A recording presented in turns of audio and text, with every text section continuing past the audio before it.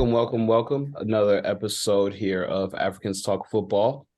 Little bittersweet tonight, this episode, because the Prem season has officially ended. This past Sunday was final Sunday, as most of you know. Everyone plays at the same time. There was a lot of drama, actually, a lot of drama. Only because the bottom three teams were actually in contention when you look at Leeds, Everton, and Leicester. They were the three teams that actually had to win in order to ensure that they didn't get it out. And even a win didn't ensure anything for some of those teams because of the point difference. But, the league's over. It was, like I said last week, it's been a long year. We still have some European finals, the first one being tomorrow, which is Europa on Wednesday. So we still have a lot going on. There's still going to be footy throughout the summer. And then, of course, the MLS and the Women's World Cup this summer as well. So there'll still be a lot to talk about. But, the meat and potatoes, the Premier League is done. La Liga, I believe one more week. Serie A, I believe one more week. But a lot of the big teams are done. A lot of these leagues have already been settled. Now it's just looking for, who's getting their European berth for next year. But today will be a smooth little episode. Kind of what I wanted to do was just grade, our Premier League teams as far as A, B, C, D, F, E for effort, I guess, is what we can give some of these teams. But kind of just go over, the ups and downs of our seasons and kind of give a grade for what we believe that, our teams did and some of these other teams. But I do want to start by saying congratulations to Bayern, who won their 10th Bundesliga in a row. 11. Oh, you're right. 11th Bundesliga in a row. I mean, it's just dominance. And honestly, it's a little sickening because Dortmund actually had a chance to send Marco Reus probably into retirement with the thing he's probably so desperately wanted his whole career. It's kind of crazy that he's never gotten one. But or did he get one? Didn't he? No, he got the one when I was about to say I actually had a conversation about that with someone. I thought he he got the was one, there right? when they won back in 2000. What was that, 13? Or was he on Bayern? Nah, I he, think he he was was never on he Bayern. not on Bayern that year? He was never on Bayern, but I could have swore that he was there when Or they. I mean, I'm thinking of Lewandowski. Uh, Mike, has Marco Reus won a Bundesliga title? Nah. He wasn't there. Bro, I'm He pretty wasn't sure he there. He wasn't. wasn't there when they won. I swear he was there with Lewandowski. He wasn't there. That's the only club he's played for. When did they win? No, he played for Mönchengladbach too. But I mean, he's been there forever. Bro, let's look at his career. Dortmund 2012 till now. So yeah, he should have won one, right? Yeah. Bro, right? When did he win it? Oh, no, damn. He never won it. He never I don't think he's won it. I think he went to Dortmund the year after they won. Oh, okay. That's crazy. Joshka Porto. They got a Joshka Porto though. Yeah, I think he has a couple, right? Champions League runner-up. Oh, yeah. Mm-hmm. Yeah, man. Yeah. Well, then in that case, yeah, they did him dirty. We could have definitely had one, but I just think it says a lot about just like where the two teams are at. Bayern, to me, this season have not been that great. Yeah, they were the same. They've had moments where they look good. To be honest with you, since Tuchel has come in, they haven't looked all that great. They look better under Nagelsmann, I thought. But yeah, man, it's unfortunate because, I mean, now this is their 11th title in a row. So maybe, well, going forward, I don't see how, who's going to challenge them because Bellingham is leaving. I mean, We need to talk about Haller because he missed the PK and he missed 2-3 chances that were. Yeah. Big shout out to him for coming back from what he came back from. First and foremost, yeah.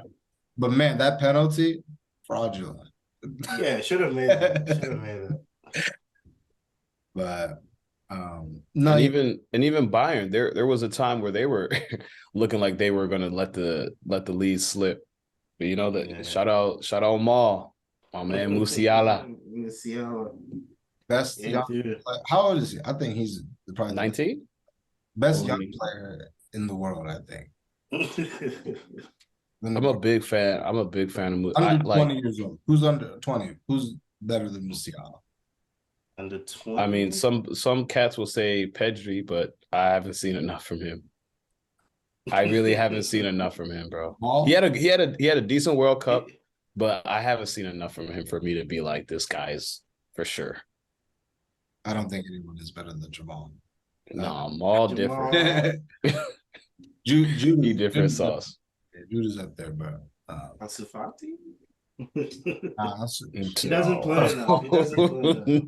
He honestly, I actually thought about that. Cornelius, I think last year, it was the year before, you asked us, everyone, to like name a player who you think is like the up and coming thing. And I said Ansu Fati. But he, unfortunately, has not been the same since his knee injuries, which sucks. But yeah, man. But that's the thing. He may go to Wolves. He's gonna go to Wolves. That's great. But that's why I'm always just like, we gotta let these wonder kids grow a little bit. Like, we've been looking at these cats since they're 15, 16 because of social media and stuff, and then they get to, the first team.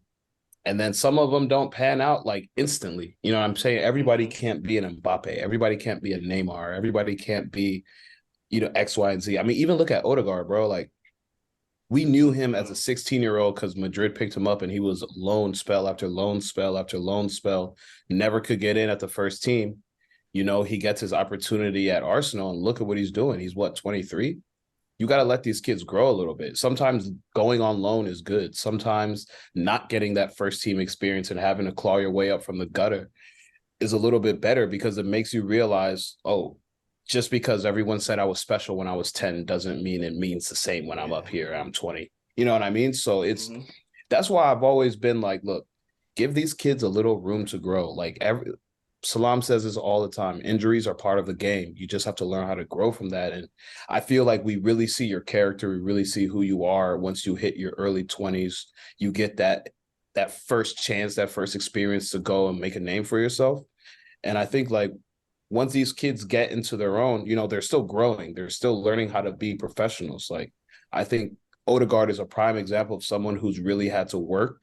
And trust, we knew his name 5, 6, 7 years ago, but he still had to work his way to the top. And now I think he's at a place in his career where people are finally seeing like, all the fruits of his labor come to fruition for real.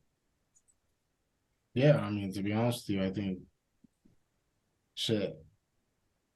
he's already exceeded expectation. You think so? I think so. We're talking about Odegaard. I think he's exceeded his expectations. Or at least met it. I don't think he's by any means under-delivered. So you think he could be better, or I think he could be better. I still think he has another level. Yeah, even he if has another level. But if he had one good season. Yeah, but I'm also going out on a limb here and thinking that this is what it's going to be from him because he's that type of player. Again, I still think he has another level, and it's not even necessarily just like player of the year. No. Again, I still think he has another level. I think he can like take over games. Like as far as the technical ability, the IQ, the passing, it's all there. But I still think where his next level would be like taking over games, like man of the match. Like I don't really know how to explain it, but when we saw Hazard first at Chelsea, and I know we always go back to him, everyone knew the talent was there. Everybody knew the ability was there. but it was probably year 2 or year 3 where he started taking over games. Like these 0-0 games, these 1-1 matches where you were like, dang, we just need somebody to push us over the edge. That's where Odegaard can get to me. I think he could be one of those players that could really, truly be one of them forces on the pitch where it's like, damn, like he just won us that game for sure. He's there, bro. He's got the goals. He's got the assists. Everything is there. It's just like, that's the next level for me. Like, you know, you can do as a creator, but the goals too. Like we talk about like taking over. Yeah. There's some games where he was scoring from outside of the box, just like it was just casually. Yeah, The Chelsea game. Like, Look at the Chelsea game. Yeah, and goals, not just like on the back of a 4-0, a 3-0 win. Yeah. No, these are goals that are like putting the game away, or at least this is the goal that goes in before the goal that inevitably. No, I think I have an interesting start so later. I'll just keep it. But yeah, you just want to get into it. Start with the bottom 3 teams, start grading them, and then kind of work our way up the table. Southampton. All right, so Southampton, Leeds, and Leicester. We thank you for your service. Talk about it. Leeds. I'm curious to see what happens with that Leeds team because there's 3 Americans on there. So I low-key want them to be playing at the highest level. And I fully expect Leeds to be one of those teams that comes back because I don't know if they're going to sell a lot of players. Like, I think it comes down to who their manager is, but I don't know if they sell. I feel like they'll keep the core of their team. Now, Southampton, I think they are going to get blown up.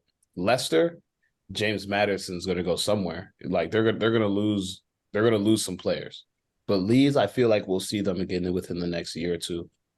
But I'm kind of curious to see what they do with that squad. The Americans are all gone. All gone. I mean, what's his name is going back to Juve, so yeah, McKennie. Yeah, but I think Southampton, it's been a long time coming. How they haven't been relegated the last 4 years, I don't know. I've thought they should have been gone. But Leicester, it's kind of heartbreaking after everything they've done, winning the league, FA Cup, all of that. But I mean, some teams are gonna get good players for the low. So, but Leeds, I don't know if they come back soon though. Leeds is not coming back for the next couple of years. Well, the championship is getting harder. The championship is getting harder. These teams are not about to just walk back up. Any of these teams, maybe Leicester might be the one team that be a little bit easier to come back, but I think Middlesbrough might come up next year. There's teams in this championship side. Middlesbrough's been teetering. I mean, last 2-3 years they've been in the playoffs. They've been right there. Sunderland's coming back too. Sunderland? That's proper. Sunderland's coming back. That's proper prem. Shout out. There's some of these teams that are. Yeah, it's not going to just be blowouts. I mean, Sheffield and Burnley obviously were the top 2 teams in the championship this year, just by far. But if you look at the points under that, everyone's pretty close for the most part. So it's like, I don't know. These teams aren't just going to come back. They're all going to eat forever for me. I think Leeds deserves to go. I thought they were going to go down last year. They deserve to go down. Southampton, Mike's right. It's been a long time coming. Leicester, you guys just defensively were terrible. I don't know what else to tell you. Yeah. 51 goals, 68 scored against. I mean, numbers speak for itself. It's like, come on. You didn't even break even. I mean, they didn't really get anybody though to start the season. So Leicester? Leicester. They got center back. Paxton Daka, didn't they? I think that was like last January or something. Okay. Who is? They didn't really get anybody. Roman Fies, he was a fraud. Yeah. He's leaving too. He's leaving too. Yeah, you can tell. A lot of guys are gonna leave, but I think Jimmy Vardy stays with them for a little bit. So who do you think out of the teams that were relegated, Who is like the best player from the relegated teams? Matters. Prowse. James Matters? Ward-Prowse. Madison? I feel some type Madison. of way. Yeah. To be Madison. honest with you, As far as ability, James yeah. Ward-Prowse, nah, I feel some type of way about him now. He showed his true self. Where was he? So do you want to James say Madison, where was he this year? I mean, You don't just Bro, get he was relegated. the only one though carrying. bro, you know what it is with No, Madison. bro. He gets his annual injury. He comes back mid-season. Oh, he comes It takes- back and they're just in relegation. Yeah, like what you gonna do? Nah, You think he's the best one? Medicine. Yeah. He's getting picked. I mean, He's the if first we're one talking about getting young picked by stars, top teams. Onana. Onana didn't get relegated. Oh, you're right. You're right. Oh, Everton. by the hairs of his chinny chin shit. Yeah, James Madison he's the top player getting scouted by all the top teams right now. He's the first player getting scouted by all the top teams. Multiple teams have already said that they're interested. So I think yes, he's the best one. Then Ward-Prowse probably, and then you can just go down the list. But I would say they're definitely the top two. Yeah, Lavia you can put up there too. Yeah, he's getting picked off by top Oh teams. yeah. Indeed, could help a top 16. Absolutely. I'm saying He's a great depth player. Talking about. I ain't gonna lie. I don't want Wilfred and Didi on my team. I wouldn't want Didi on my team. Maybe 2 years ago, but not anymore. He seems. You know, he looks like he'll fit the Spurs. You know. Yeah. It looks like he'll fit them. You're not wrong. You're not wrong. But I mean, if you get relegated, do we give you an F for your rating? Like, I feel like E for effort. Yeah, E for effort.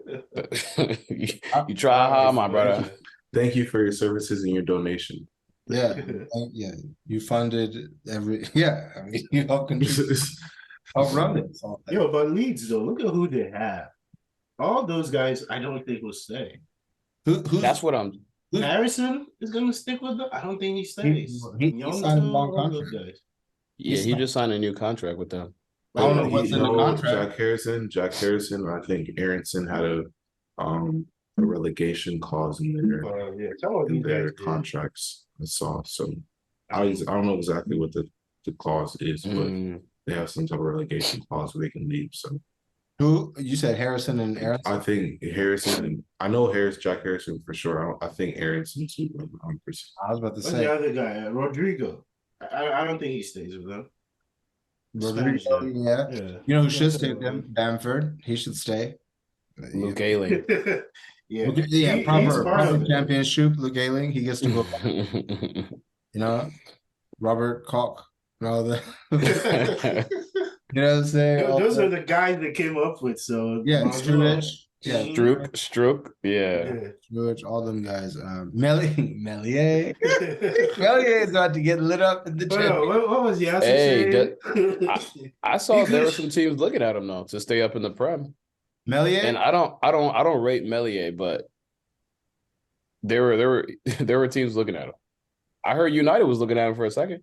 Yasser was telling us he could be a top keeper in the next 2 years. Yeah, he could be a top keeper. I was like, yeah, I don't know. Who? Yeah, Melier. Probably, yeah, just like Mignolet. Yeah, none of that. But yeah, man, E for effort for those three teams. It'll be interesting to see where, what kind of business they do this summer because they're going to have to sell some players and some players are going to go for the low. I'm going to be very surprised to see where James Ward-Prowse goes, if he stays or if he leaves. Yeah. Should stay. Probably stay. But at 17th place, we had Everton. 16th place, we had Nottingham Forest. Those were two teams that were also in the relegation battle for most of the second half of this Prem season. Honestly, I had Everton dropping. Salam, shout out, bro. Salam, shout out that snap you sent because I felt the same way. I was like, wow, Doucouré saving this team. You talk about single-handedly affecting lives. Yo, he was affecting lives. And it was a banger of a goal too. Like he got it clean. Yeah. You saw he will be crying. Yeah, he knew it. Like, I can't go back. I can't go back. Yeah. We cannot go back. Yeah. I'm not gonna lie. You talk about one of like I mean, I still think Reece Nelson's goal was very crazy. Wow. You talk about a moment. That was a great moment. But this one probably was, to me, like the best moment of the Premier League. Like, it's always final Sunday moment, like that kept them that was the goal that kept you in the Premier League. Yeah, I wanted them gone so bad. Doucouré? I didn't even hit on the goal, man. I was like, shit. Doucouré needs a statue. I was like, there's still time for them to tie this game, but man, that goal was nice. Nah, that goal was crazy. They deserve to stay up after that goal. I'm like, relegation, it's like a Hoodie Mello, like relegation battle, Doucouré. Why all of a sudden the past month he's been like Ballon d'Or form? Abdoulaye Doucouré. All right. You said Ballon d'Or. That's funny. That is funny. Do you think they can actually do something with Sean Dyche next season? Hey, man. They're going to be in the same. They're going to be, yeah. The thing is, I don't know. The Prem's getting harder. We said that all year. Yeah. So it's not like Everton used to float around 10 to 12 spot, 10 to 13. You can't be doing that no more. Like there are teams that are really just going to come out every week and bat. I mean, like Nottingham Forest, we talked about it all year. We thought they were gone. I'll give it to we thought they were gone, bro. And somehow this last month, 6 weeks, they were able to find wins. They were able to gain points, get a point here, get 3 there. I mean, if you look at their last 5 games, 1-1 against Palace. They were able to beat Arsenal, 2-2 against Chelsea, 4-3 against Southampton, another team that was in relegation battle. So, like, their last 4 matches, out of the possible 12, they got 8, bro. You know what I'm saying? So, these teams, even when we look at them like they're small fish to fry, every week is a new week. Yeah. And so, I don't know about a team like Everton. If they don't make – at least with Nottingham Forest, we saw them spend. Is Everton going to go ahead and spend? That's what it's going to come down to now, bro. Yeah, I mean, they spent this year. I don't know. I don't think Everton has. I don't know. They don't have the room to spend. I mean, if you look at their team this year, they're picking up players from teams that got relegated last year. That's what they picked up this year to play for their team. Dwight McNeil, guys like that. So it's like, yeah, and it's like, if I'm being completely honest, I'll make a bet right now that Burnley stays in the Premier League next season.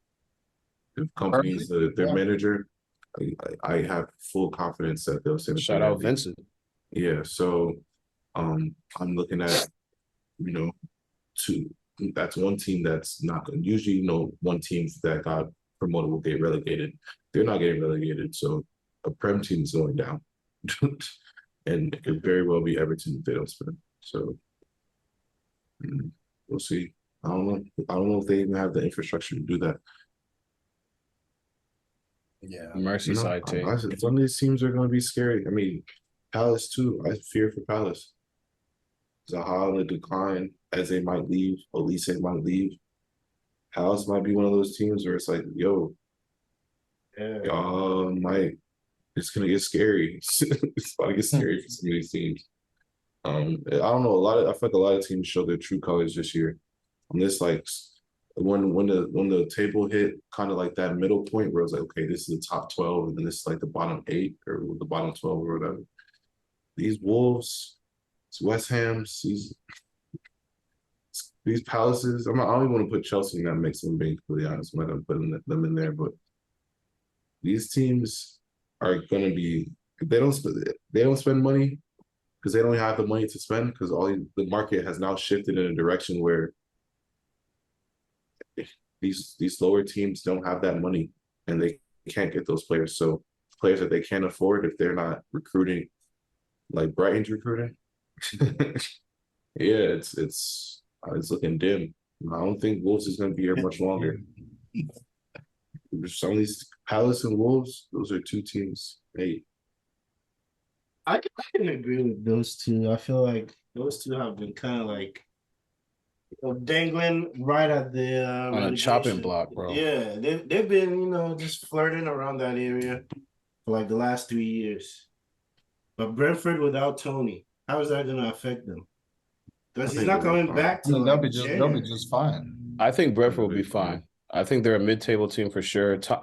And I said this last year, bro. Thomas Frank is a decent manager. He's not crazy, but he's a very decent manager. Like he's been working with what he's got for the last 2 years, and they've been just fine. I mean, their team this year was essentially the same team as last year. They didn't make many changes. Mm-hmm. And honestly, I'm looking at Brentford kind of like, what's the next step for you? I mean, we'll get to them in a little bit, but I think a team like Brentford, they're in a position where if Thomas Frank asked for money, he would probably get a little bit because he was able to stay in the Prem 2 years in a row. I mean, this year they were top 10. So for me, I'm like, if I'm Thomas Frank, I know we don't have our best player for 8 months. It's like, guy, we need to spend. We're gonna need to spend. So I don't know. They I feel have a like, project. They have yeah, an attractive project. So yeah, good fan base. Brentford will be interesting, but they'll be fine. Um, next couple of teams we have West Ham and we have Wolves. We talked about them a little bit just now, but hey, shout out West Ham. A month and a half ago, we were talking about they are in a relegation battle, and now they're in a Conference League championship. First European championship. I feel like for that team. I thought they were going to have to make a decision whether they were going to have to focus on the Prem or focus on Conference League, and somehow they were able to get away with doing both. So that just shows that West Ham is probably going to be one of those teams that it will be a bottom table team, but they're here to stay. I mean, I feel like every year we're talking about them in the last month. Like, is West Ham going to get relegated or do they want to play football? So, Declan Rice was like, look, man, I need my numbers to stay up because I'm trying to go somewhere next year. So we're not getting relegated. Yep. I don't know. I kind of rate West Ham seasons pretty poor, to be being honest. I think for the money that they spent, it's an atrocious season. I mean, going to the Conference League final, it's great. I hope you guys win, but if you don't win, still a great achievement, but it's like you're about to lose your best player, no trophies, looking dim. One of those teams again that's just Indeed. I don't know. So I don't know. I think getting to the final is a great achievement for them and their club for sure. But as amount of like money that they've spent over the past couple windows to be like this bad, I mean, think about it. West Ham last year was what, eighth? I mean, they were seventh last year. The year before that, they were teetering with the Champions League. Like, for them to kind of go down that, stoop that low, I don't know. I don't know. I kind of rate their season kind of dim. Yeah, I kind of agree. Like, if they lose this final, then it's really like not that impressive of a season, though, if you think about it. Because they what? Paqueta was their record signing. And he was, I don't know. He wasn't that overwhelming. He was very underwhelming. So I don't know. All these guys, injuries, I don't know. Yeah, they spent a lot on him for them to be. They did. At least in the bottom half.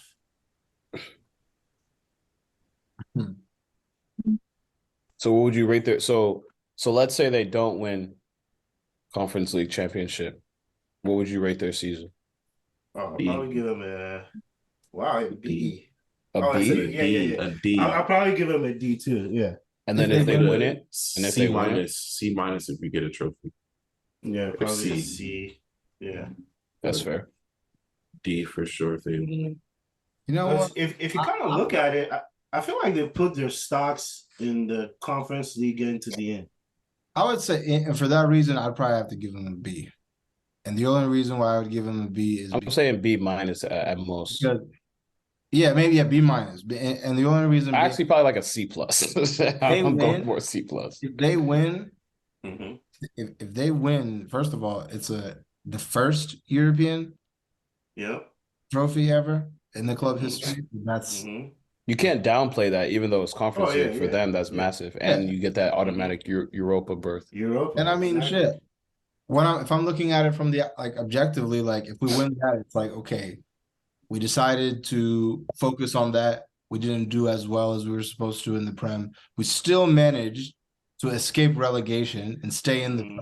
So like, yeah, at the end of the day, we won a European trophy and we're still in the Premier League. So like, that's if they win. Yeah, if they win. If they lose, but I look at but if I look at the season even in whole, like I'm not. That's what I'm saying. This is recency bias.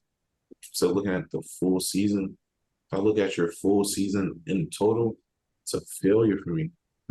I'm sorry, it is a failure as a club.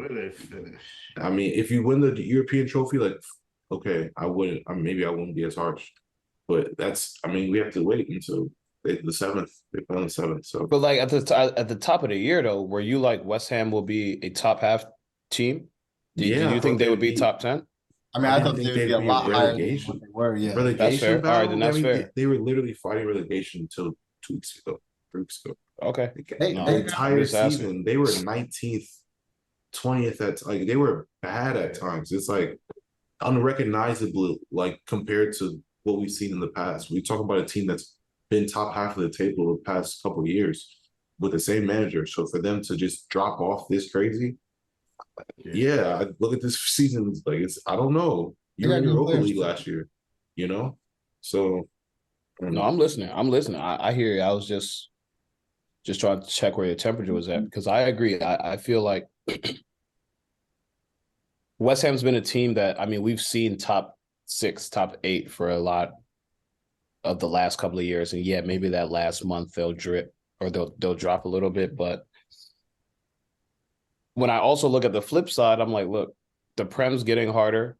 You guys were in multiple competitions. You had injuries throughout the year.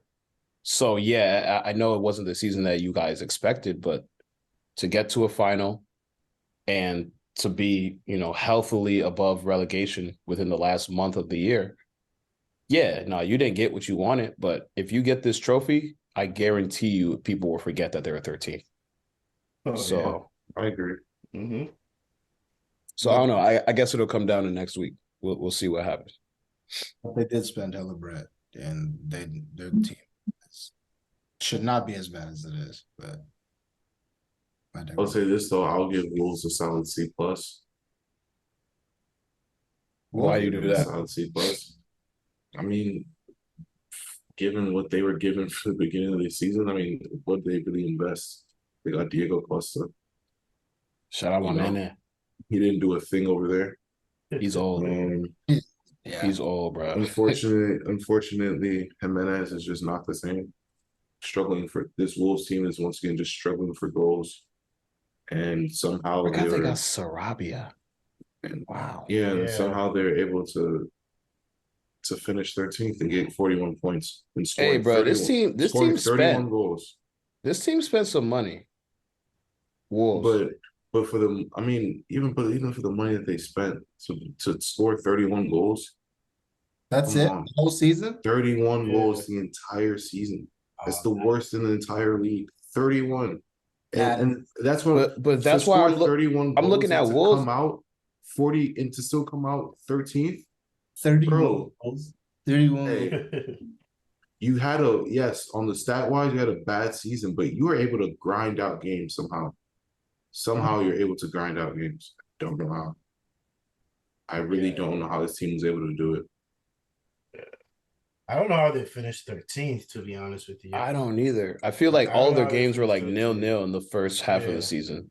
They just don't concede. Yeah, they really didn't get that many goals scored on them the first half of the season. Yeah. Because, bro, I'm just looking on the FootMob app and looking at their transfers. Like the players that got 25 million for Nathan Collins, center back from Burnley, 34 million for Goncalo Guedes from Valencia, center forward, Nunez from Sporting, 52, Sasa from Stuttgart, 19. Like they spent some money, bro. They spent some money for They got Mateus Cunha, in the January window, 52 mil. Exactly. They got Mario Lemina. They got Sarabia. Like, they spent some bread, bro. Wow. They spent some bread. So, like, what? I mean, I know they didn't get scored on a lot, but the second half of the season, when they picking up these players in January, you would expect them to do a little bit better. But I don't know. Hey. I think you'd be right to say Wolves might be one of those teams next year where they could have some issues for real. Yeah. Because I remember thinking like, yo, like Wolves, and they had a few manager changes this year too. I'm like, yo, Wolves should be better, bro. Yeah. No, I agree with Gabriel though. They need a striker. That's what they need. They don't have someone who can score, and that's killing them right now. I agree. So we'll just do. We don't even really have to talk Chelsea because I'll just start off by saying we had an F. Oh no, No we E have for to. effort. There was no effort there. It was an F. But the next, I'll do this as a group. It's a whole London thing. So Chelsea in 12th place, Crystal Palace at 11th place, Fulham at 10th place, Brentford at 9th place. I'll just do that group of 4 right there. 4 London teams. Yeah, so being one of the resident Chelsea fans, this has been the worst year ever as a fan. Like, honestly, the absolute worst year ever. I remember the year we won the league and then we were 10th place. I was like, we will never do this again. Yeah. Right. And then the next year we won the league. It was so crazy. We went from winning the league to going to 10th place to winning the league. And I was like, that's the Chelsea I know. I never thought we would drop lower than 10th in my entire life. I was like, 10th? 10th is bad, bro. Like, you're barely top half of the table. You just escaped by saying we're still top half. Yeah. 10 was so bad, bro. And then I'm looking at this year like, bro, we're going to be 15th probably. I really thought at one point during the year we'd be like 15, 16. Yeah. Because that's where we're at. We were chilling there for a minute. And and me and Mike would talk on the side, and bro, like, this last month I haven't watched a Chelsea match. There was no need for me to. There was nothing that I needed to watch, for me to say, oh, okay, this week we did great. This week I saw there was nothing for me to talk about. Yeah, and so yeah, no, bro, like 13th place, 12th place for me is honestly sickening to my stomach when I look at the table and seeing where we're at.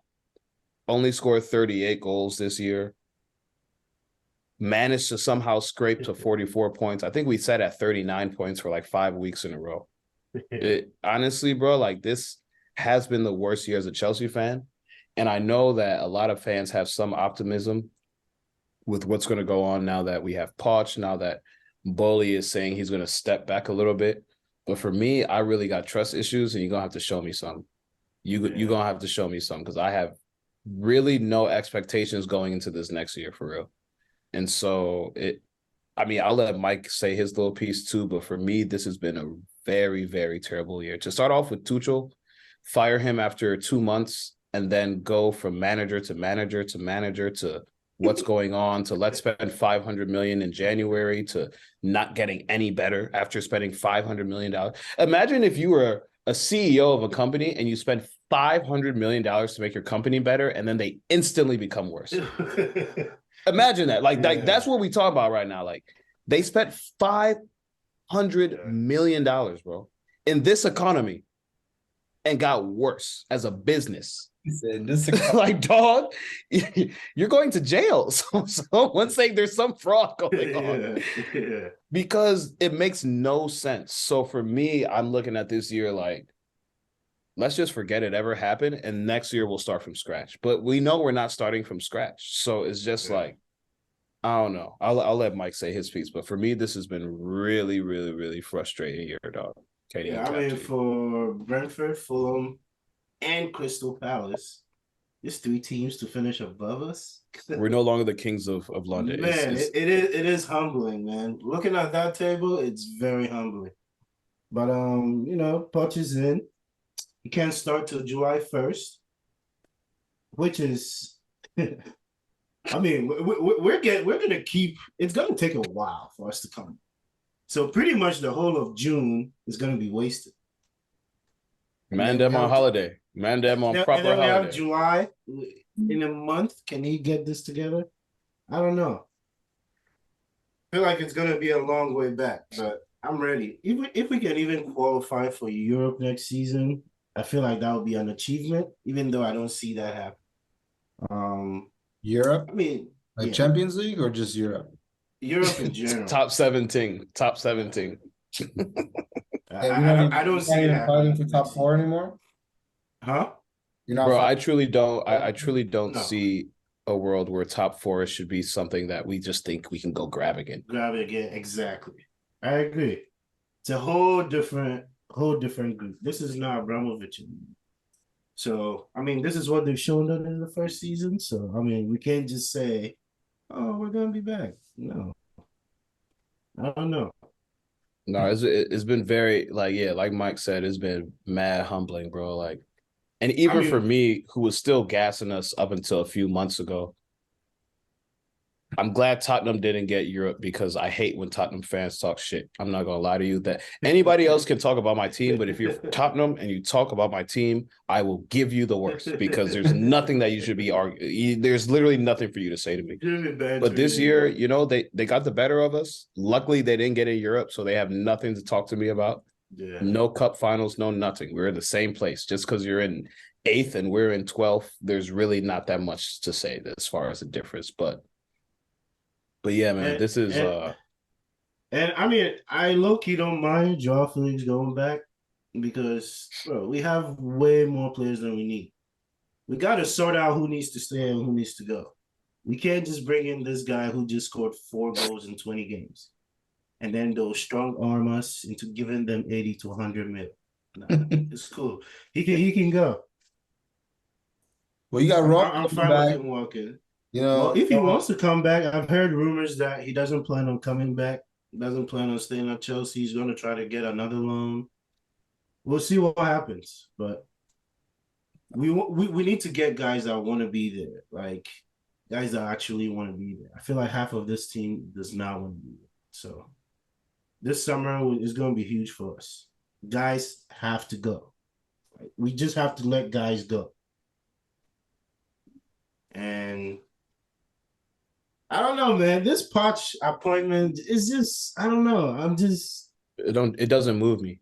It doesn't move me at all. At But I'm all. like, there could be something here. So let's wait and see. you don't The think only hope I have, bro, is watching Nkuku, who's not even on our team. I watched him this past weekend, and I'm like, man, like I love watching it, and damn, this is ours. But I know, right? He steps foot in Stamford Bridge.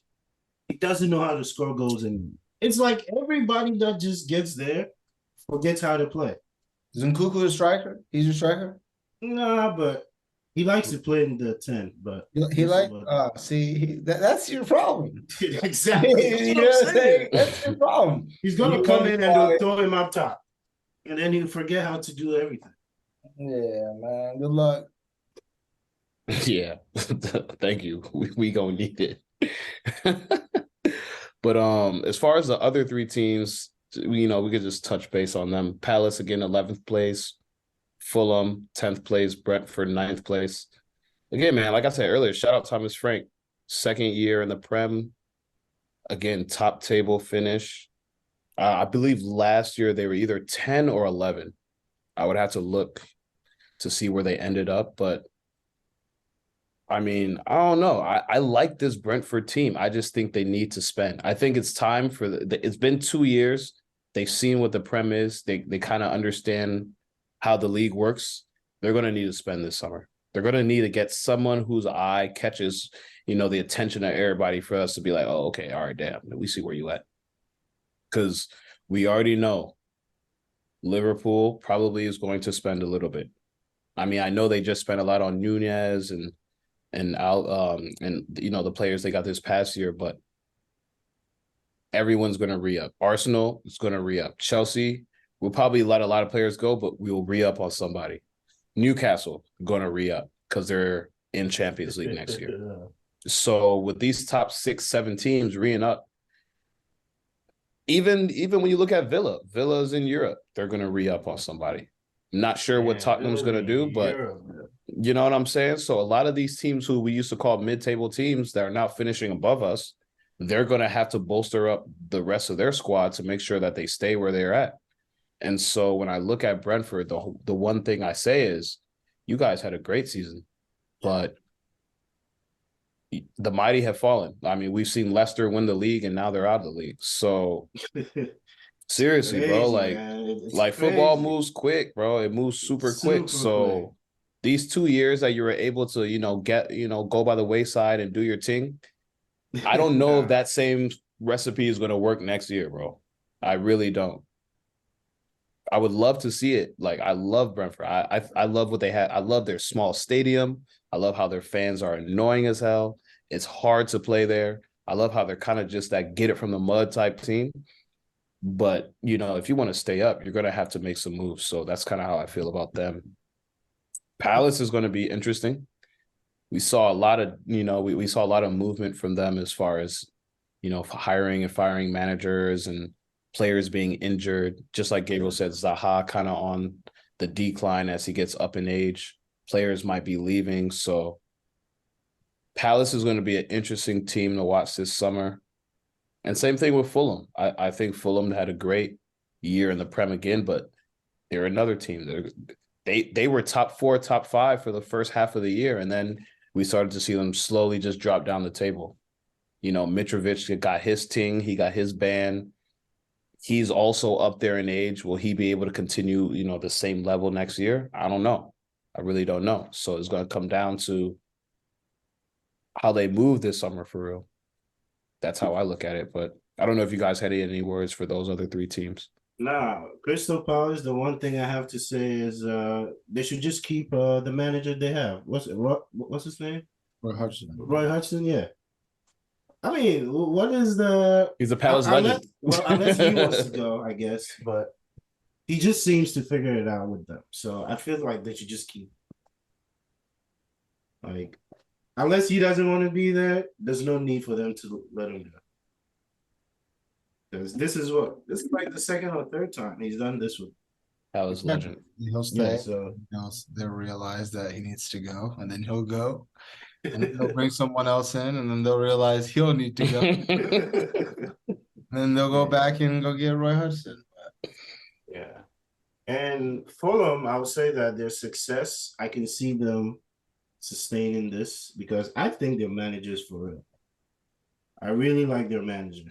I think he's a good manager. I think as long as he's there, I think they'll stay in the mix. Who's about Marco Silva. Yeah. Damn. Oh, Tottenham, I don't know. They don't even have a manager. They keep going back and forth. They keep going back and forth with Nagelsmann. 1 week, he's changed his mind, something. Oh, the next week, nah, he hasn't. So I don't know. They're screwed, man. So we're on to Spurs. Eighth place Spurs. Well, hold on. I just want to give ratings. Okay, go ahead. I think Crystal Palace had a decent season. I think they kind of underperformed, but to get out from where they were. Mad injuries too. I mean, Eze gone for most of the year. Had some ins and outs. Yeah, I think Fulham, Brentford definitely overachieved this year. So 2 teams that I think were in that B range for sure. I'd agree with that. Overachieved and definitely. I think this is an important year for the spending as well for them too. I agree in that. But I mean, they're top half of the table, the bigger boys. So the teams that are growing, I think they're in there. Aston Villa, Brighton stage where they're trying to grow. So, yeah, I think they had good seasons. But yeah, we can move to Tottenham. I think they had a terrible season. Not terrible. I won't say terrible, but I would definitely say it's a C minus. Between all the drama, I don't know, just a lot of poor things. A lot of good things too. I mean, you can't really knock them either. 70 goals this season. Harry Kane had 30 goals, I believe, this season. Yeah, had a lot of bright points, but a lot of just super, like the inconsistency is just so bad. It's actually unbearable to watch. It's like 1 week they're really playing well, and it's like, look, they're on top of their game. They can go win 4-0 1 week and then go lose 7-0 the next. And it's like, what happened in this week where it's like you can go win 5-0 and go lose 8-0. I don't even know how that. It's it's really unexplainable. You really can't explain it. And they need to figure that out. And that's like I think like Conte has said that's within the players. I don't think that really comes down to coaching. There's no way that a coach just loses the reign of his team in a week left. And then he just won 5-0. The spirits should be high. There's no reason they should go into a match and lose outrageously. Yeah, Newcastle peppered them 6-1. Yeah, it's you're professional. Some things are just some things are meant to keep professional. 6-1 is not professional, especially for clubs like that. So yeah, I don't know. They had a pretty C- season to me. I think, like I said all season, this is the end of Spurs. Like Mike said, they don't even have a manager. What direction do they have? Your best player, you are in your weakest position with your best player. I feel like the seasons before you've had Jose, we've had Conte. You're tied down to a contract, which he is. I mean, if he stays this year, then he'll walk for free the following summer. Are you talking about Kane? Yeah. So like you're at your weakest point in terms of leverage with your best player. He's not going to stay. You don't have a manager. Your second best player is on the decline. Heung-min Son, which is what it is. And then everywhere else, like where do you look? Like there's really no bright spots on that team. Keeper. They need a new keeper for Yeah, sure. you need a new keeper. You need a completely new back line.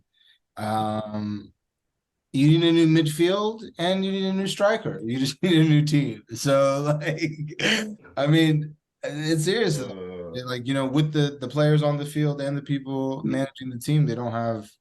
This is the end of Spurs, man. This is the end of Spurs, and all these other teams are ascending. So, like, I think that next year. I think that we're gonna have a completely different discussion on Spurs. I think Spurs could have a season like West Ham did this year, in terms of just completely just tanking in the league. For draft picks. Yeah. Yeah. And the thing about them, I know we're going to like my team later, but there's nothing like I remember when I was talking about Arsenal and like buying players last year. There's no draw. There's nothing that was saying come to Arsenal. Nothing like that. There's no draw to Spurs right now. Absolutely not. Their best players out the door. You really don't have any players that guys are like, oh, I want to go play with. Don't have a manager, so no one's gonna be like, you don't have Europe. You just have the league, so you're just gonna come in and be like, okay, I might get a little bit of money, but there's no draw there. So I don't know. Once they lose Kane, I mean, I don't think they'll lose Son, but Højbjerg and Son and Christian Romero and Hugo Lloris aren't going to carry you through. That they'll quickly get you to a couple more, 6-1s, 7-1s next year, and I don't know. Son just signed a new deal too, I believe, this year. Yeah, he's signed for like 4 years. And so he's there for sure.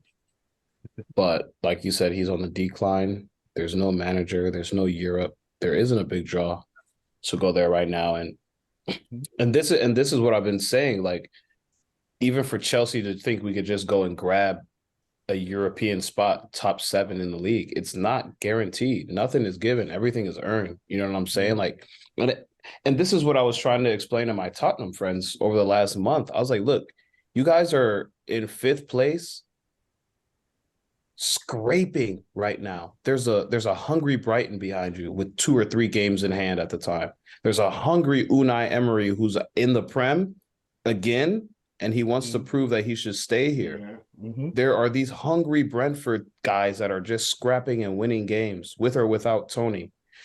There's Liverpool. We haven't even talked about them yet, who they have players coming back off injury and they're winning games. So for a team like Tottenham or a team like Chelsea to just think that top 6, top 7 is guaranteed, there's no more top 16. We need to get rid of this top 16. It's dead. It's either top 4 or nothing, bro. The whole top 6 thing was just for marketing. It's dead. It's totally dead now. These teams are going to be fighting. And if you don't come week in, week out to play, a team like Spurs, where there's not a lot of draw to come and there's really a whole bunch of stuff on the inside that doesn't look like they have it together, Salah might be right. We might see Tottenham drop down to mid-table. We really might. Like, it's not far-fetched, bro. It's really not far-fetched.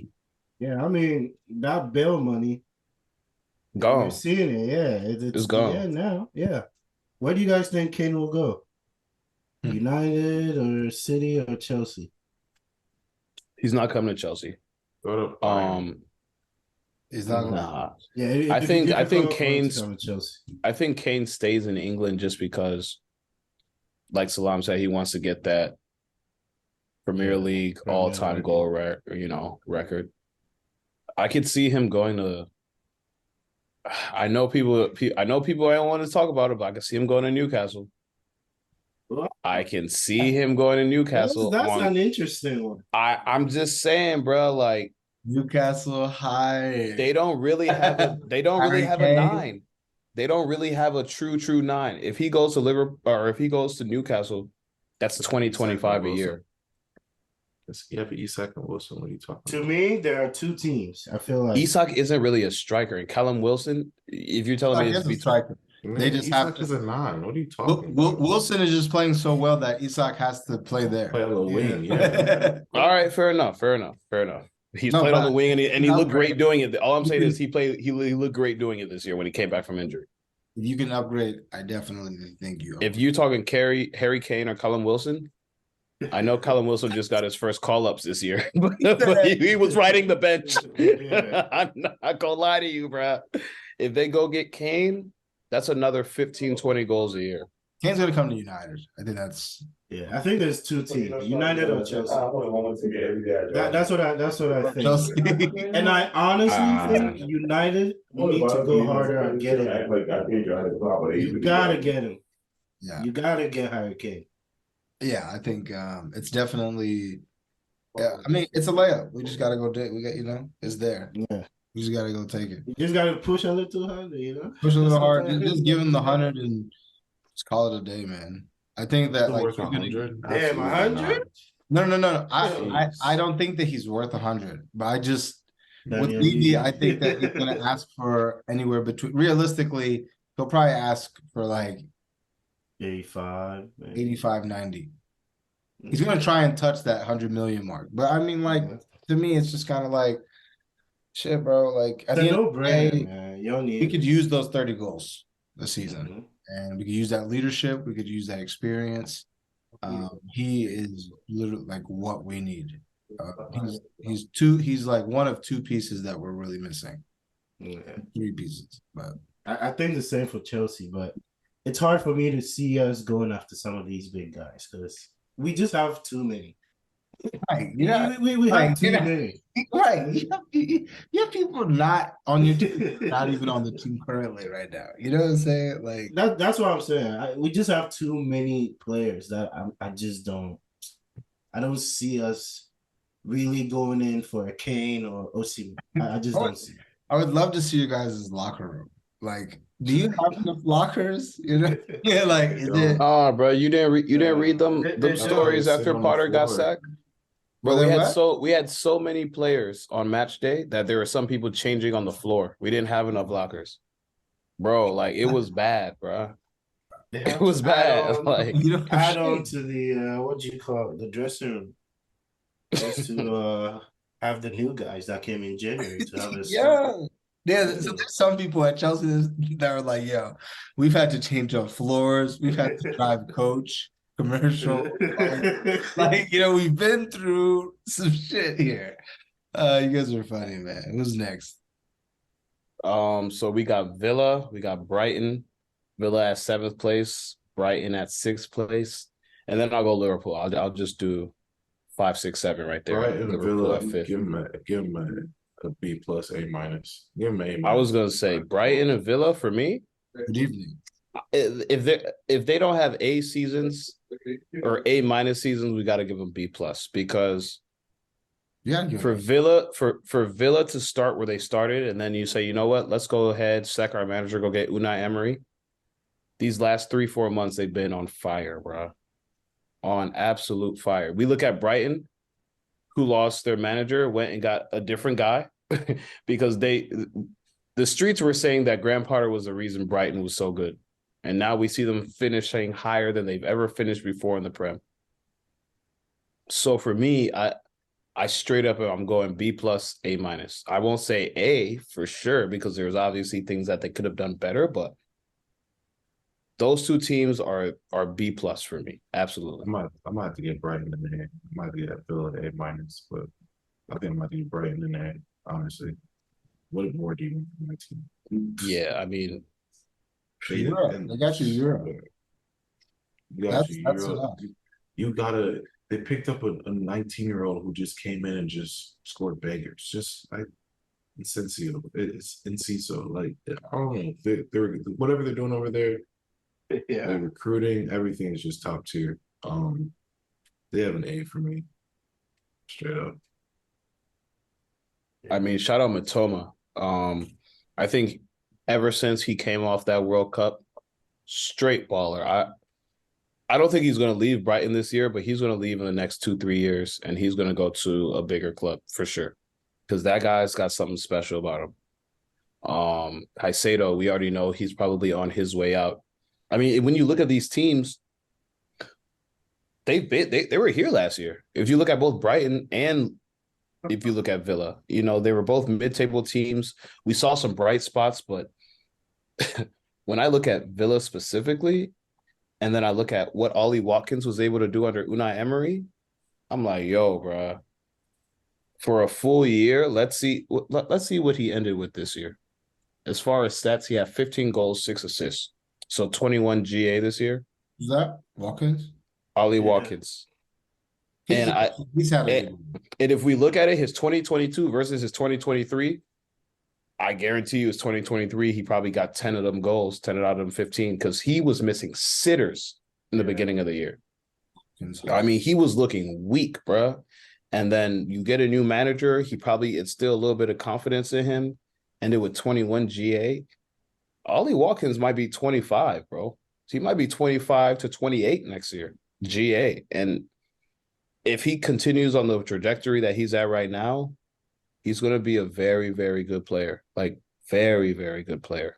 I think we used to see it too. He had all the makings of a proper striker, but you know, he's 27 years old. It's not like he's young. He's finally hitting the prime of his career. I feel like these next couple of years will show that he can maybe lead a team. You know what I'm saying? And now we'll get to see him in Europe as well. So we'll get to see how he fares, you know, because certain players turn up in Europe.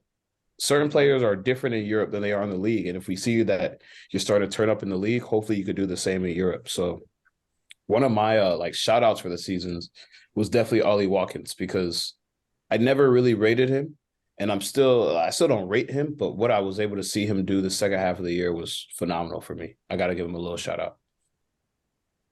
I agree. Go ahead, Mike. Sorry. I'm just going to say Unai Emery at Villa. I mean, I don't know what they have going on over there, but it looks like they have it figured out. And these are some of the teams that I'm worried about coming next season. Because if I think about it, they're not just going to just fall off. I mean, it has to take something catastrophic for them to fall off. Villa has it going. I feel like they have it figured out. We'll see what happens. But I'll give them a solid B plus for their season. Yeah, I just wanted to say I would give Brighton an A. I just feel like on here, even just talking about them, both of you guys named 2 different players. And it's just like we could go down the list and talk about all the players that they have there. So yeah. And the manager, man. Europe. Shout out. And just for that reason, you get an A.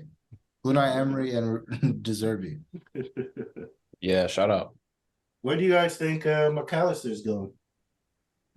I think is he linked to Liverpool? Yeah, but you know Liverpool don't have the money. Yeah, I think Liverpool. Bro, this is what I was talking to Mar about over the weekend. again, for those of you, Omar is one of our buddies who's a Liverpool fan, and he's in our group chat, so we talk often. And Liverpool has the money. Let's not act like they don't have bread. It's just not. They just don't The spend business as model. often as some of these other teams. And I was like, Mara, look at what you did last year. You went and splashed 100 for Nunez. You guys do this once every 3-4 years, but you have the money to go and splash for a player like that. So don't act like you guys are broke bros. Like you have the money, you're just a little bit more frugal in the way you spend. Yeah. Mm-hmm. And when you see teams starting to spend, I'm not necessarily saying that you guys spending habits have to change. I'm just saying there's no one that's going to feel sorry for you if you don't spend the money on certain players. Yeah, that's just the way the league is right now. Yeah. So for you to sit here and be like, well, Liverpool doesn't have the money. No, you guys have the bread, bro. You guys have the bread. You're just a little bit more frugal in the way you spend it. And so the difference between 5th place for you this year and 4th place was maybe an extra player. Like you guys went and splashed how much on Artur? Tell me how many games you played this year. You know what I mean? Like worst acquisitions ever. You know what I'm saying? And everyone has one of those or two of those, but in a year where you needed that extra player, that extra midfielder specifically, like we know your midfield's been old, and then you went and spent on Artur. Like I don't know what you want me to say for that, but I think if McAllister goes there, 22, 23-year-old, just won a World Cup, one of these young emerging players in the Prem, that's the midfielder you need. That's the guy that will actually get you those extra 5-6 points at the end of the year. You know what I mean? So that's the way I look at it. If McAllister goes to Liverpool, I think they're serious again. And so I would love to see him go somewhere else, but they're already linked. It seems like things are starting to move a little aggressively. If they get him, Liverpool is going to be one of those teams that, again, they finish in the 5th place. So it's not like they finished crazy like Chelsea or Tottenham. They're still a team that has Jurgen Klopp, one of the best minds in football. Let's not act like they don't have Klopp. So yeah, if McAllister goes there, I think they are a very strong candidate to be top 4 again. Let me just say that. I think miss Firmino. I think they're in the same spot that they're in right now with McAllister. 5th place. That's crazy. Are they gonna miss Firmino though? Yeah. I mean, yeah. I low-key think they are. And I've been one of the few people that's been saying, hey, move on from him. But I feel like this team that he's leaving, they could still actually use him, But we'll see what happens. We got Nunez, and we don't even use him. He comes off the bench. Tell you. Yeah. All right. So More top 5. We talking top 4, and we'll take each of these teams individually. We don't have to talk too long about either of the teams. I know for Arsenal and United, since we got resident fans in here, we're gonna talk a little bit extensively. But Newcastle, Mr. Hipster FC. Listen, again, kudos to them and props to them. But for me, this is more so of how poor Liverpool have been. Because I thought Liverpool would have accumulated more points than But kudos to Newcastle.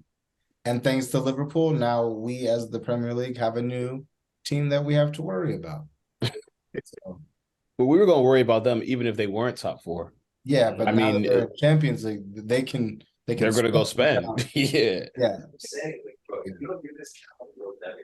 I mean, I feel like them making Champions League puts all the other teams like Liverpool, Chelsea on notice that there's there's another new guy in town.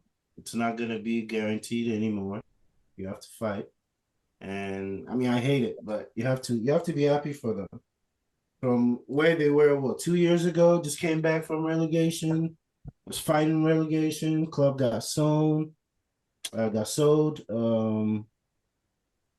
they're in Champions League. I mean, can't even hate them, even if you want to.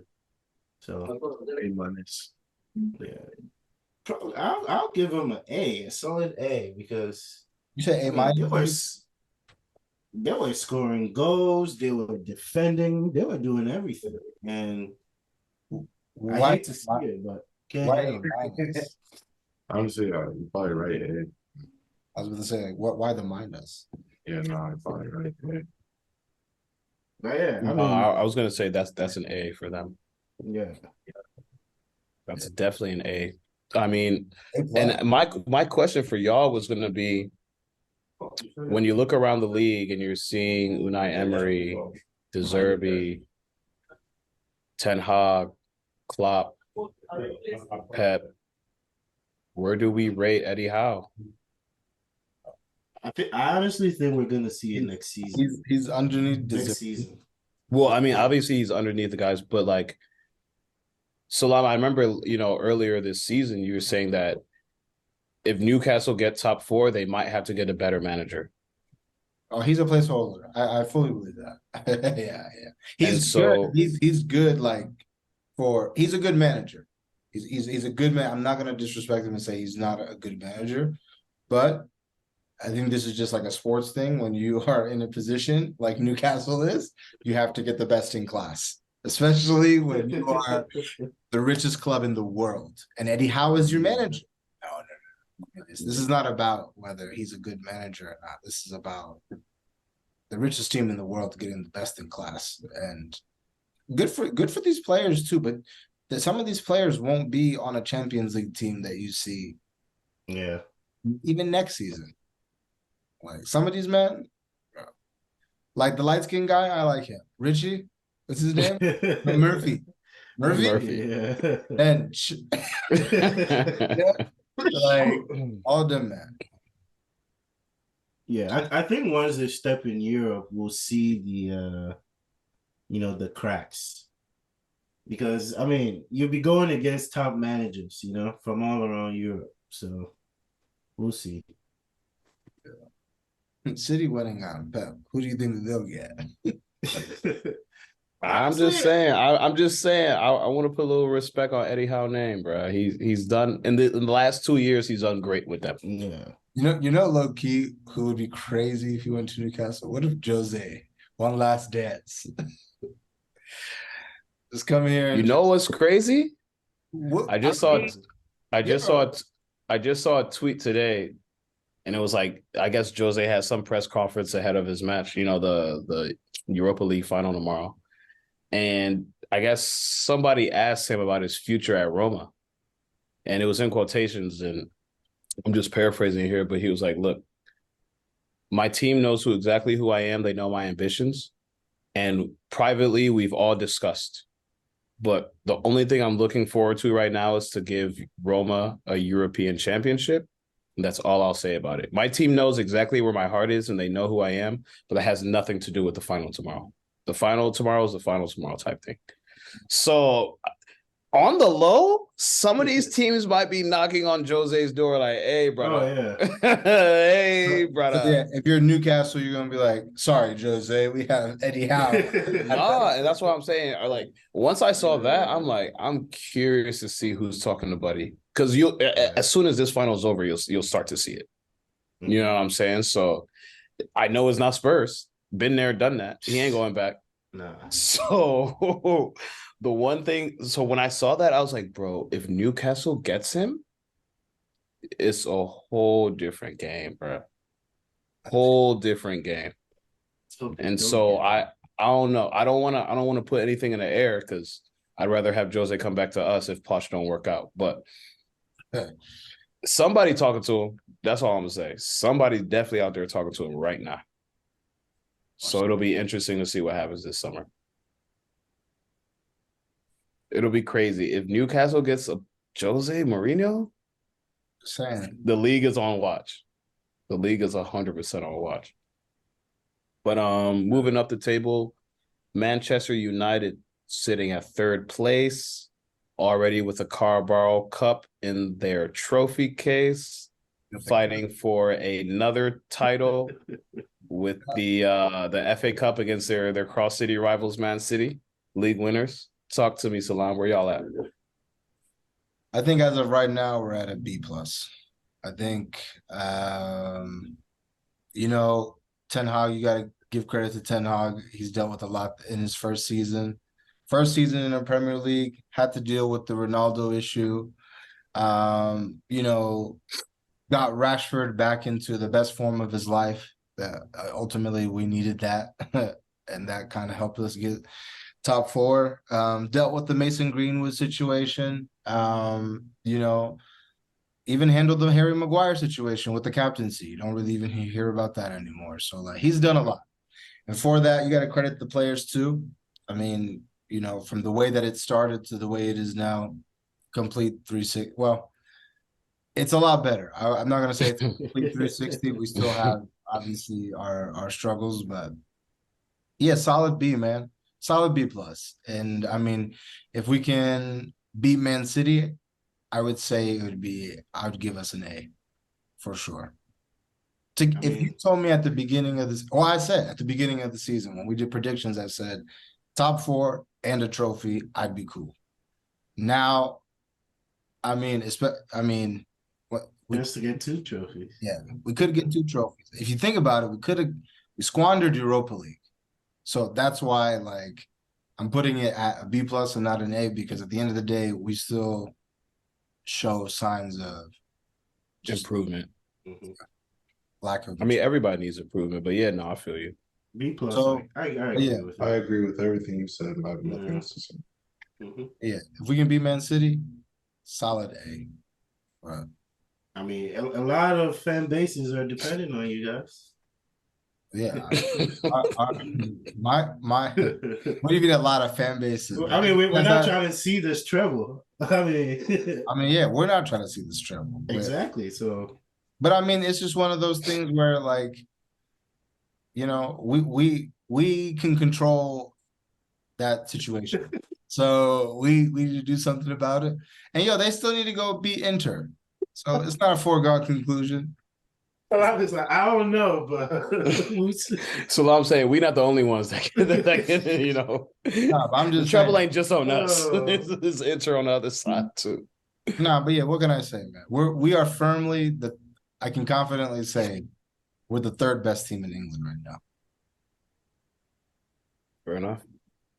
That's fair enough. I really got nothing to say against that. I mean, Ten Hag, and we've been saying this all year, bro. A good manager can turn your team around in no time at all. And that's why I've been talking about it. Like, when you look at the top 4 teams, I mean, I know we have our reservations about Eddie Howe, but even if you look at the top 6 teams, all very, very good managers. And so seeing what Ten Hag was able to do in 1 year, it scares me as a Chelsea fan, like, because I know who Poch is, and I know Poch as the Tottenham manager who wasn't able to win anything. I know he went to PSG and he did his little thing there for a year and a half, but this is the Prem. Yeah. And I know that it comes down to who you have as the captain of the ship and who you have as the men on the ship. And right now, we've always said United has the players, but now you have the captain too. Now you have the guy that knows how to give directions and lead a team to success. So I agree with everything you said, for real. Moving back up the table, we have 2nd place Arsenal, who has, some may say fell short. Other may say we're ahead of schedule. You know what I'm saying? Arteta's 3rd full season, I believe. Yep. And I don't know. Personally, I think it was a success. If I were to rate this season, I would give it, honestly, I would have said A minus, B plus, because they got knocked out of Europa probably a little prematurely, but that just gave them a little bit more edge to focus on the league. And I know they fell short, but if you look at where Arsenal's been the last decade compared to now, I mean, we could do 2 years, 3 years, 4 years, but if you look at the last decade and what they've had to overcome since Arsene Wenger, him leaving, them appointing Arteta, beating Frank in his first year to get the FA Cup against Chelsea and then going through his ups and downs, this has been a solid season for them. So I'm curious to see what Gabriel says, but I would give it a B plus, A minus. And the only reason I would do that is because towards the end of the year, we just saw the drop off. And I know you're going to say Saliba got hurt, which was one of the big moments of the season, but at the end of the day, champions find a way to win. And that's what City did. And unfortunately, that's what Arsenal wasn't able to do. But it's kind of like what Salam said earlier. Last year, you guys missed out on top four by final Sunday. This year, you guys missed out on the league by 3 draws. I mean, call it what it is. I'm going to say those 3 draws. So great season, and now you know exactly what it is. You have to have a little bit of heartbreak to know what the success feels like. And so for them, I know they're looking at this year like, damn, bro, like we really were that close. But now your players know, and every single experience that you have just makes you a more mature player, makes you a more serious player. And again, we talk about this all the time. The core of your team is like 22, 23, 24. So most of your players are just now hitting that stride. And for them to have those experiences, I think next year you guys are going to go and be crazy again. I think you guys will be crazy again. That's personally coming from me. No cap. Like, I think because of this hurt that you guys feel, next year you guys are going to be like, man, we already know what it takes. Let's just go ahead and do it type thing. But I'm curious to see what you would grade your year. I'll give it a B. I guess I'm more harsh on my team. Great achievements, but I still think over the course of the season, I think we disrespected certain tournaments. I think we still disrespected FA Cup. I think we disrespected Europa League. And just I understand putting things and putting your heart into one competition, but don't put all your eggs in one basket. I still think that the January window didn't set us up for success throughout the rest of the season. Yeah, but I mean, all in all, I think the season was still a success. B plus for me. I don't really want to give it an A minus. Yeah, no A minuses for me. But I think B plus. I think we had some amazing performances for our players. My top 4 all gave me 10 plus goals in the league.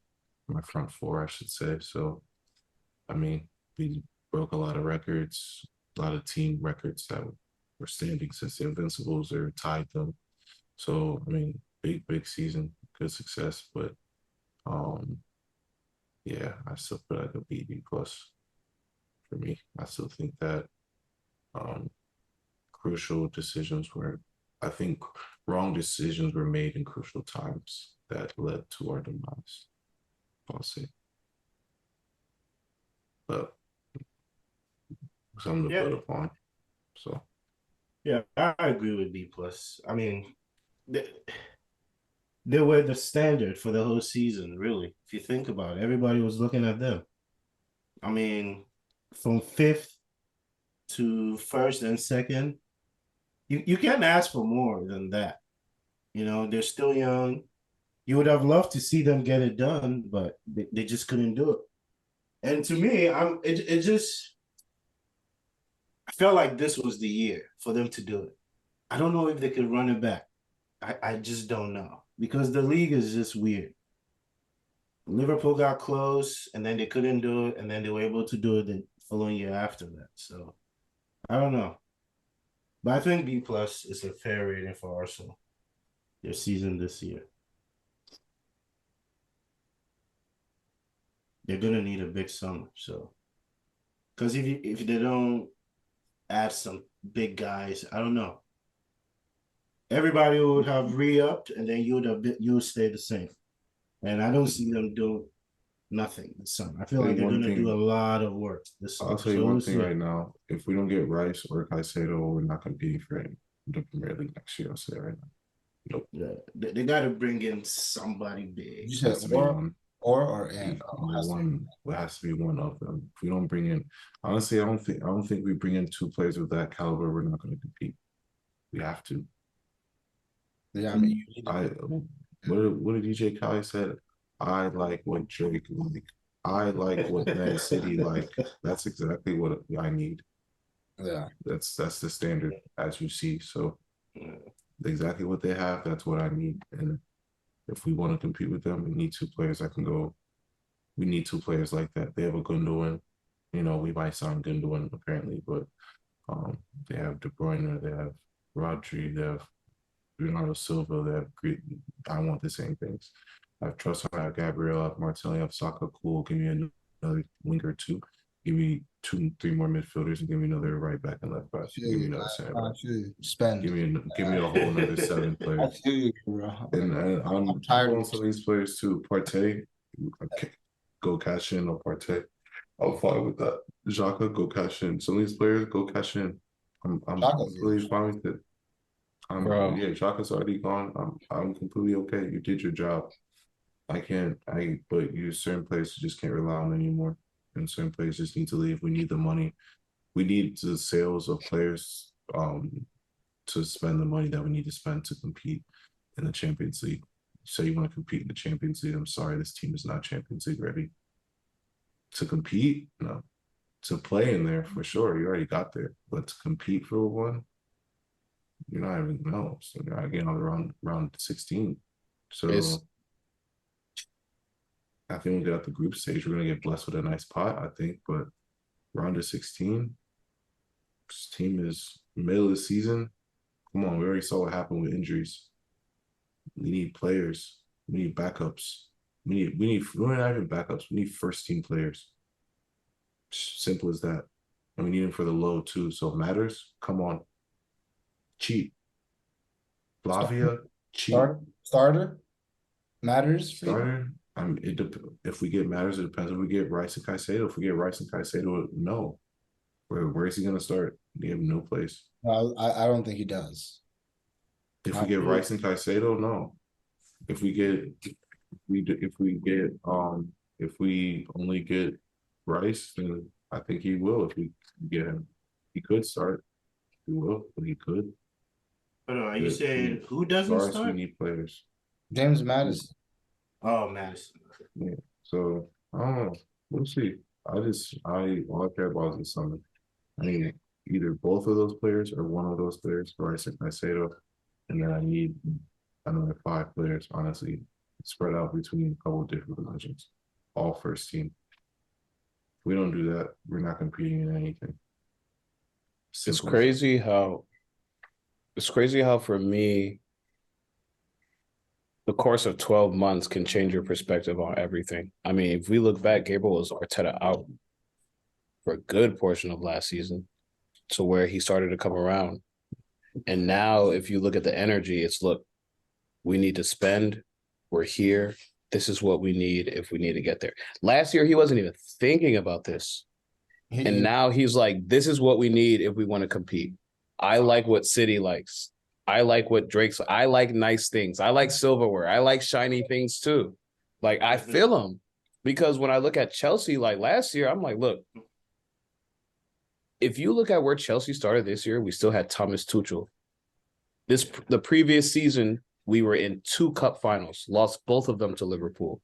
And I'm like, dang, if we could be in 2 cup finals, we can run it back. Yeah. And now we're at a whole different position, bro.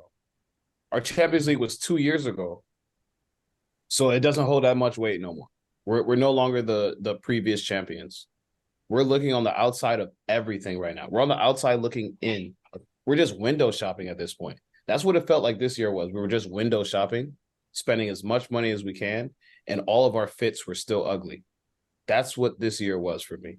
And so now when I listen to Gabriel, I'm just like, this is how quickly football moves. Yeah. And I agree with him. That's why I said B+, A- for me, because, bro, Arsenal could have done a mad thing, and it ended up not being that way, which it is what it is. But you have to give them at least a B+ to see how consistent they are. Now, when Gabriel looks at his team, it's no more, oh, I hope or I wish or I think. This is what we need to do, because if we don't do this, we won't maintain the same level. And that's how things are. And I feel like Arsenal is really right there on the brink. Like, they're right on the brink. Right there on the brink. And I guess we could talk about City unless you guys have more to talk about Arsenal, but you said Arsenal was the standard. City's always the standard. Even when they go and they don't have a great September or October or November, they can always, like Gabriel says, go and win 15 in a row and not even think twice about it. And again, Pep and City just showed why they are who they are and why they've been so dominant this past decade, because at some point they just flip a switch and it's like they're going to beat everybody. Like, you don't even think twice. Like, I mean, even if you look at this last Champions League match, going into the second leg, it was 1-1. And then Bernardo Silva turns up. You know what I mean? Like, any given match, anybody can turn up. Gundogan can turn up. Grealish hasn't even had the best year, but he's been way more consistent. They still have Haaland. They still have Kevin De Bruyne. They have Kyle Walker, who could lock down almost anyone on the planet. You know what I mean? They have players where you know you're going to go into a battle, and it's like City has been the blueprint for years now. Even when they recycle players out, they got a Julian Alvarez. He doesn't even start for them, and he's still bagging goals in Europe, bro. So it's like when you look at that squad, it's phenomenal to see what Pep's done. But at this point, I'm just over it. I want to see somebody take him out. Like, I'm done with Pep. I'm seriously done with Pep. That's how, you guys can talk about City, you can talk about Arsenal. But personally, I'm done with Pep. I want to see him knocked off his high horse. I forgot what, I think it was before they played the last Arsenal match, maybe the last match. In his press conference, he was laughing. And I'm like, bro, you're so down on the table and you're laughing when they bring up Arsenal, who's ahead of you right now. That's how I know you don't care, because you know at the end of the day your team's going to win. And I'm tired of that arrogance. And I want to see City knock down a peg. But it's tough to it's cool to say that, but we need teams to re-up because they have a solid 20. They have a solid 20, bro. They have Rico Lewis, my boy NLE Choppa, who can come in for a swing of 5-6 games and look lights out, then never see the pitch again. It's like, you know what I mean? It's annoying. It's very, very annoying, but for me, it's always been the blueprint. And that's why you have to respect City, you have to respect Pep, and you have to respect those players, bro. Like, we're seeing world-class players like Mahrez get not a lot of time. But a Mahrez can always come off the bench. It's like, that's just how their team is now. So, I don't know. It's going to be very, very interesting. But, once again, hats off to Pep, hats off to City. Hopefully United can take care of them in the FA Cup, and hopefully Inter can take care of them in Champions League. But it's just all wishful thinking at this point. Yeah. I mean, I give them an A. I mean, 3 finals out of what? 4 possible finals? The Premier League is not a final, I guess. But, I mean, still impressive season once again. This is what? The 3rd back-to-back-to-back? No, this is their second one. Their second, 3rd in a row, 3 in a row. I don't know, man. The league has to come together and fight against these guys. Like, I mean, they can't keep getting away with this. Yeah, they won't. They won't. Don't worry. Aden Holland. I mean, I don't even know who they need this summer, but I hope Gundogan leaves and Bernardo Silva leaves. But I feel like it won't even matter for them. But there's not really much to say about City, man. I hate that team. Yeah, you can't say. I'm over it. I've been over it. Yeah, it sucks. I mean, they have the best coach, the best finisher, striker in the game. And, when Erling Haaland signed for Man City last summer, I said, we're fucked. I mean, that was it. Man. Here we are 12 months later, so. Yep. Let's get to these start sub cells. All right, go ahead. All right. Very center mid driven today. I have 3. Okay. Tony Cruz. Clarence Seedorf. Andrea Pirlo. So all in their primes, I'm assuming. Oh, that's a tough one. Yeah. Cruz, Seedorf, Pirlo. Start sub cell. Start Seedorf. Sub Pirlo. So I think I would start Seedorf, bench Cruz and sell Pirlo. But that's just because I value like athletic guys more than like Pirlo is staying in the same, like 10-foot radius the whole game. But he's gonna be in the middle of the pitch. He's not moving far from that circle.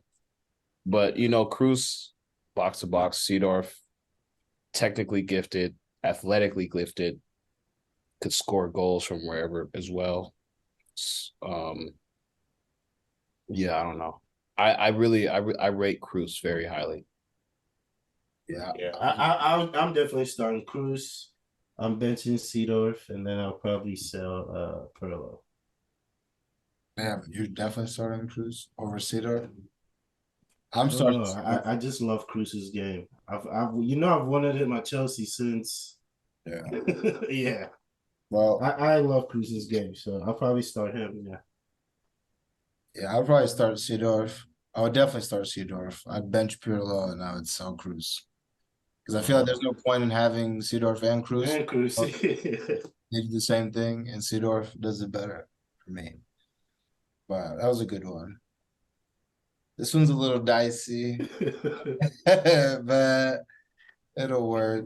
I don't know which one's better, to be honest with you, but okay, I'll go with this one instead. Okay. Cesc Fabregas, Yaya Toure, David Silva.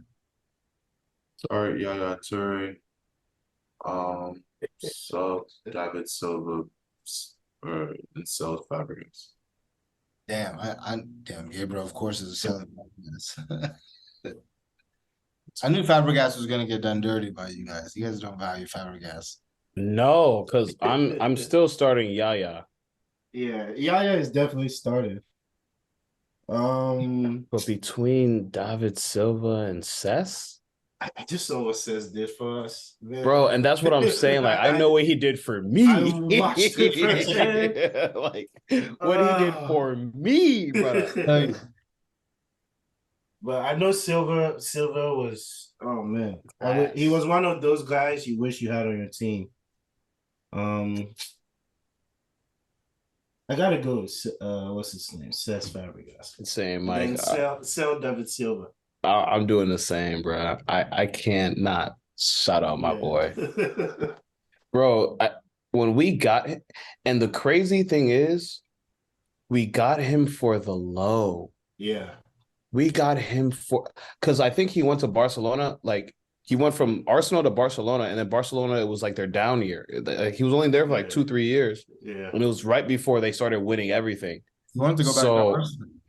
Yeah. And I don't know. I don't even remember, because back in the day, I think I was in high school when we got him, either senior year or like my first year in college. So I wasn't paying attention to the financials and all that. Like, I don't know what I know now. I just knew who we got. And I'm like, oh, he's still a player. And I think that like niggas forgot how good he was. And I'm like, yo. When we got him for low, I was like, there's got to be something wrong with him. Like, dude. Yeah, I thought he was hurt or something. He passed physical, everything went smooth. I'm like, all right. Yeah. Speaking of hurt, let me. I would start Toure. I would actually start Silva, bench Toure. I'm cutting Fabregas. Silva to me. Silva to me is the best player on that team. On that, even though Toure it hurts, Toure is obviously, African star football. Yeah. I might have to figure Yaya for real. Bro, Yaya Toure is probably like, when it comes down to, he's probably a top 5 favorite player for me. I'm not gonna lie to you. He's definitely as a former center mid. If you're telling me I could have been 6'2" with his ability, all-time center mids, is he top 10? No, just top 5 personal favorite players. Oh, you're saying if he's all-time ever, bro? He's over. I mean, I'm willing to put him up there with some of the greats. I don't think he's 5. He's probably hold on. If we put trophies aside and just straight ability, hold on. He's top 10. Tony Cruz, Seedorf, or Yaya Toure? That I like that one better. I Hey, like that that's one it. That's it right there. That's a Start, good I'm one. going to African Song Football TV. We got to sell Start, Cruz. start Yaya Toure, sub Theodore, Man. sell Cruz. Yeah. No, yeah, doing him dirty. Wow. Bro, I'm telling you, bro, when Man. it comes down to Yaya Toure's game, he was so smooth, box to box. Yeah. I'm telling you, like, I used to be salty he wasn't on my teams. Yeah. Sick he wasn't on my teams, bro. The Tony Cruz. Bro, I'm Don't matter to me. I love Yaya Toure, man, but It don't matter to me. yo, Seedorf. It really don't even matter to me. I don't. I hear what you're saying. I'd have to go Seedorf. And then I'm probably benching Toure. You know what I'm saying? But it's So Cruz is getting sold either way. Yeah, we get a yeah, good but bro. it's because Cruz and Seedorf are similar to me. But Yeah, I'll sit this one out. There's no way. Yeah, I don't know. Mike said I can't do nobody dirty. And the crazy thing for me is I saw Sadorf as an older, like his older years. So I would have to go back and watch highlights for his younger years. But even seeing him in that France World Cup, bro, I'm like, this cat different. Yeah, he was Different. He was good. the last one is like proper Premier League, you know. So strap on your best set. Amongst the best center mids in the Premier League of all time. N'Golo Kante, Patrick Vieira, Steven Gerrard. Oh, this is easy. Oh damn! Mike is so disrespectful to Gerrard. It's so disrespectful to Gerrard. What's the thing? What's the three? What's the three? Steven Gerrard, N'Golo Kante, Patrick Vieira. Starting Vieira. Bench Conte, sell Gerard, quick. Wow. Yeah. It's too easy, man. Same. The I mean, only Vieira's thing. well. Oh, damn. No, go ahead. Go ahead. Froze. Oh, Mike froze. Mike hit you with the deep thought. Nah. Vieira's starting for sure. Vieira's the best one for sure. I just didn't know how high to put the ranking because like Vieira, I don't know, man. I mean, I was luckily old enough, again, I was born in 95. So like by the time I was able to actually like realize who players were, I was, around 8, 9 years old. So I saw the 02 World Cup, but that 06 World Cup, 2010, like those are the ones that I remember as a kid. And I mean that 06 French team, bro. Even the 02 team, but the 06, 02 French teams, that's why Thierry Henry is my favorite player of all time, because I was seeing him do things that I hadn't seen ever, bro. And to have Vieira as the center mid popping the balls up to TT up top, was Zidane right there? Yeah, I mean, come on, man. It was so crazy. For sure. Like literally the silliest team I probably like them and Brazil. I wish it was them in the finals every year because you just want to see Clash of the Titans. But just remember, you've never seen anything like N'Golo Kante. Yeah, no, I did. I've seen him all the time because he was on my team. No, yeah, but I'm just saying, like you've never seen someone do what N'Golo Kante does. So N'Golo Kante had the craziest motor. Like him healthy, he's running 10 miles a game and he's winning the ball back no matter where the ball is at. He's just like a little hound. But when it comes to like technical ability, that's where he was lacking. And trust me, I loved him for what he was. But when I look at my team, as far as Chelsea, when we got him, we had so many technical players. We needed an N'Golo Kante to do the dirty work. Because he did all that dirty work, everybody else was able to shine. Because if we didn't have the possession as much as we did when he was on our team, we wouldn't have been the same squad. So that's why even if you look at the Everton or the Leicester squad he was on, when they won the league, he wasn't doing anything crazy, but he was winning the ball back in the middle third, winning the ball back on transition. He was getting it to the next best player. He was finding Jamie Vardy. He was fine. So for me, I'm just like, bro, like we need a player like this. And that's why we all rate him so high, because of what he's able to do for your squad and how he can influence everybody else. Because, you might lose it in the middle, but you're getting that ball back within the next 30 seconds, the next 40 seconds, and you're still able to transition while the other team thinks they're on a break. No, we're going to win the ball back, and now we're on a break.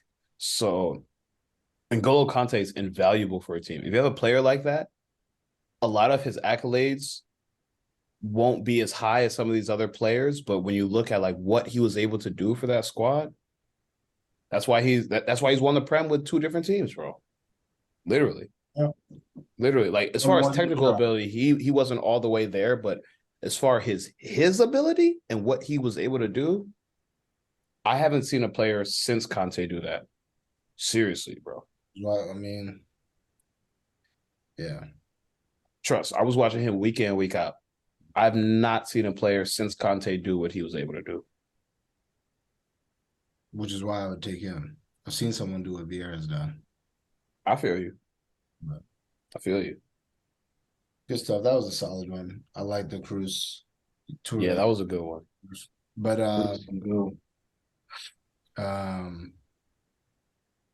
yeah, I mean, I guess end of the year shout outs. We can just each do one and then get out of here. I mean, it could be, yeah, I mean, I guess of the year. I guess I don't know. It's been a long year. I mean, aside from like Ten Hag, obviously, I don't know. I'd probably have to say De Zerbi and Unai Emery. Big shouts out to them. They need big pay bumps. De Zerbi is definitely up there for me. I mean, honestly, bro, I know we don't like this squad, but Bernardo Silva, to me, this year turned up a different level I didn't know he had. Yeah. I didn't know he was gonna be like this. Like I always thought that he was kind of like the next. I don't want to say next. Let me rephrase this. I always thought he had a very similar game to David Silva, but I didn't think he was gonna be like this. Yeah, he's like good. This. I don't know. I rate him very, very highly, bro. I really do. And like I don't like City like that, but I really rate Bernardo Silva.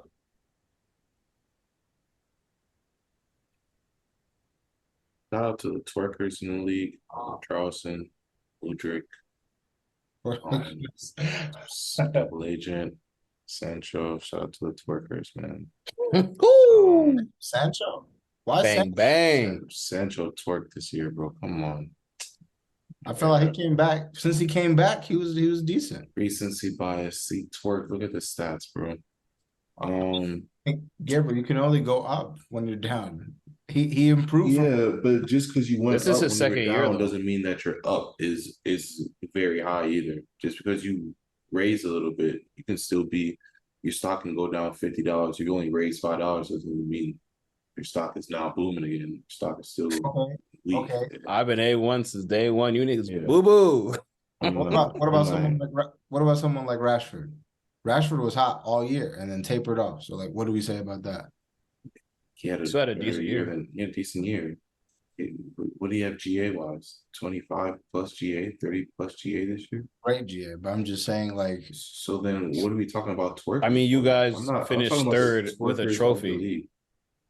Look at Rashford's numbers. I think it was a stat came out. Rashford, Mudryk, and Richarlison totaled 5 PL goals. All 3 of them combined.